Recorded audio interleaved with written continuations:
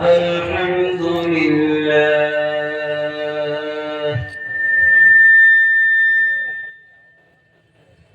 الحمد لله نحمده ونستعينه ونستغفره ونؤمن به ونتوكل عليه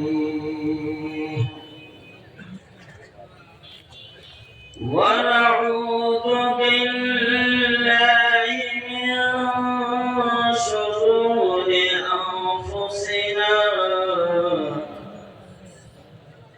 ومن سيئات أعمالنا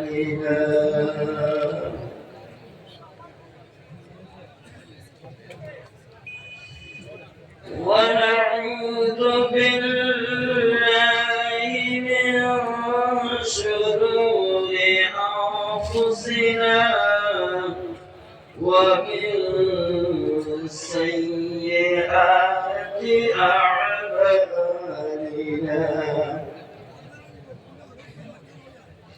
من يهده الله فلا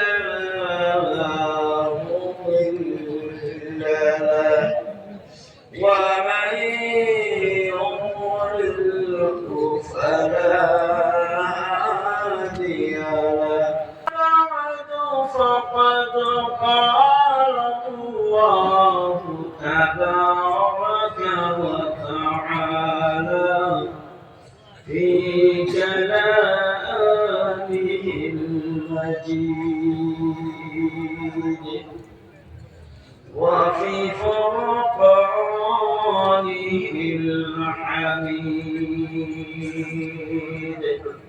أعوذ بالله من الشيطان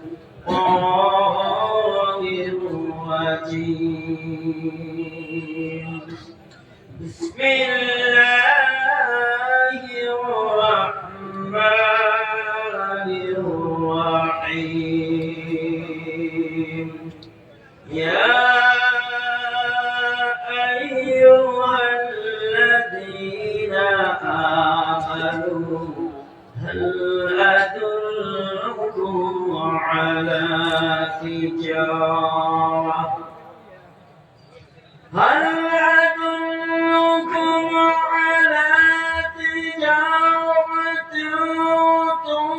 تنجيكم من عذاب أليم تؤمنون بالله ورسوله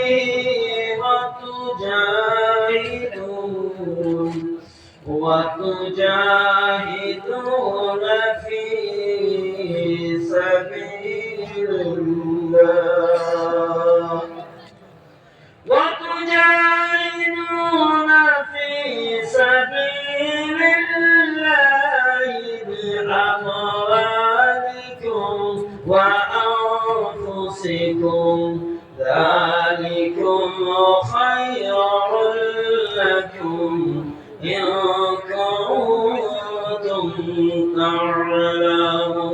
تعلمون إلى آخر الآية. وقال تعالى في موضع آخر ومن أحسن قولا ممن دعا إلى الله وعمل صالحا وقال إنني من المسلمين صدق الله العظيم. وعن أبي هريرة رضي الله تعالى عنه قال قال رسول الله صلى الله عليه وسلم موقف ساعة في سبيل الله خير من قيام ليلة القدر عند حجر الأسود أو كما قال النبي عليه الصلاة والسلام إن الله وملائكته يصلون على النبي يا أيها الذين آمنوا صلوا عليه وسلموا تسليما اللهم صل على سيدنا مولانا محمد وعلى آل سيدنا مولانا محمد شفيع اللهم صل على سيدنا مولانا محمد وعلى آل سيدنا مولانا محمد مدينة مدينة نمشينا جوك مدينة تكرمنا مدينة مدينة نمشينا جوك مدينة تكرمنا দয়া করে নেবো আল্লাহ দয়া করে নেবো আল্লাহ মুঝে সোনার মদিনা আল্লাহুম্মা সাল্লি আলা সাইয়্যিদিনা মাওলানা মুহাম্মদ وعلى آل سيدنا مولانا محمد مكرتي فنرنبيجي مدينة চলে যায় মক্কাতে নবীজি মদিনাতে চলে যায় জন্মভূমির বায়ার নবীজি জন্মভূমির বায়ার নবীজি মাঝে মাঝে ফিরে যান আল্লাহুম্মা সাল্লি আলা سيدنا مولانا محمد وعلى آل سيدنا مولانا محمد اللهم بارك على محمد وعلى آل محمد كما باركت على إبراهيم وعلى آل إبراهيم إنك حميد مجيد نظام المسلمين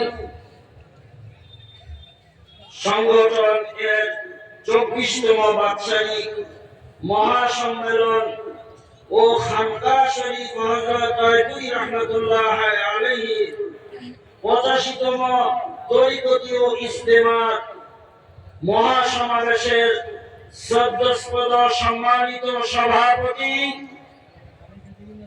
উলামায়ে কেরাম মুরব্বিয়ানে ইসলাম জওয়ানানে ইসলাম পর্দার আড়ালে বসে থাকা আমার সম্মানিতা সত্যস্পদা মার বোনেরা, আল্লাহ সুবহানাহু ওয়া তাআলার বারগাহে অজস্র অগণিত শুকরকে আল্লাহ তাবারক ওয়া তাআলা এই আজিমুশ শান মজমুআয় তার দয়া এবং মায়া দিয়ে আমাদের সকলকে মেহরবানি করে হাজির করেছেন।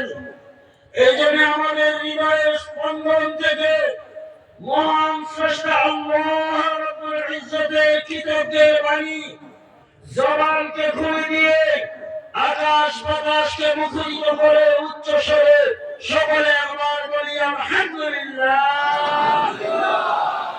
আরো জোরে সরে বলি আলহামদুলিল্লাহ।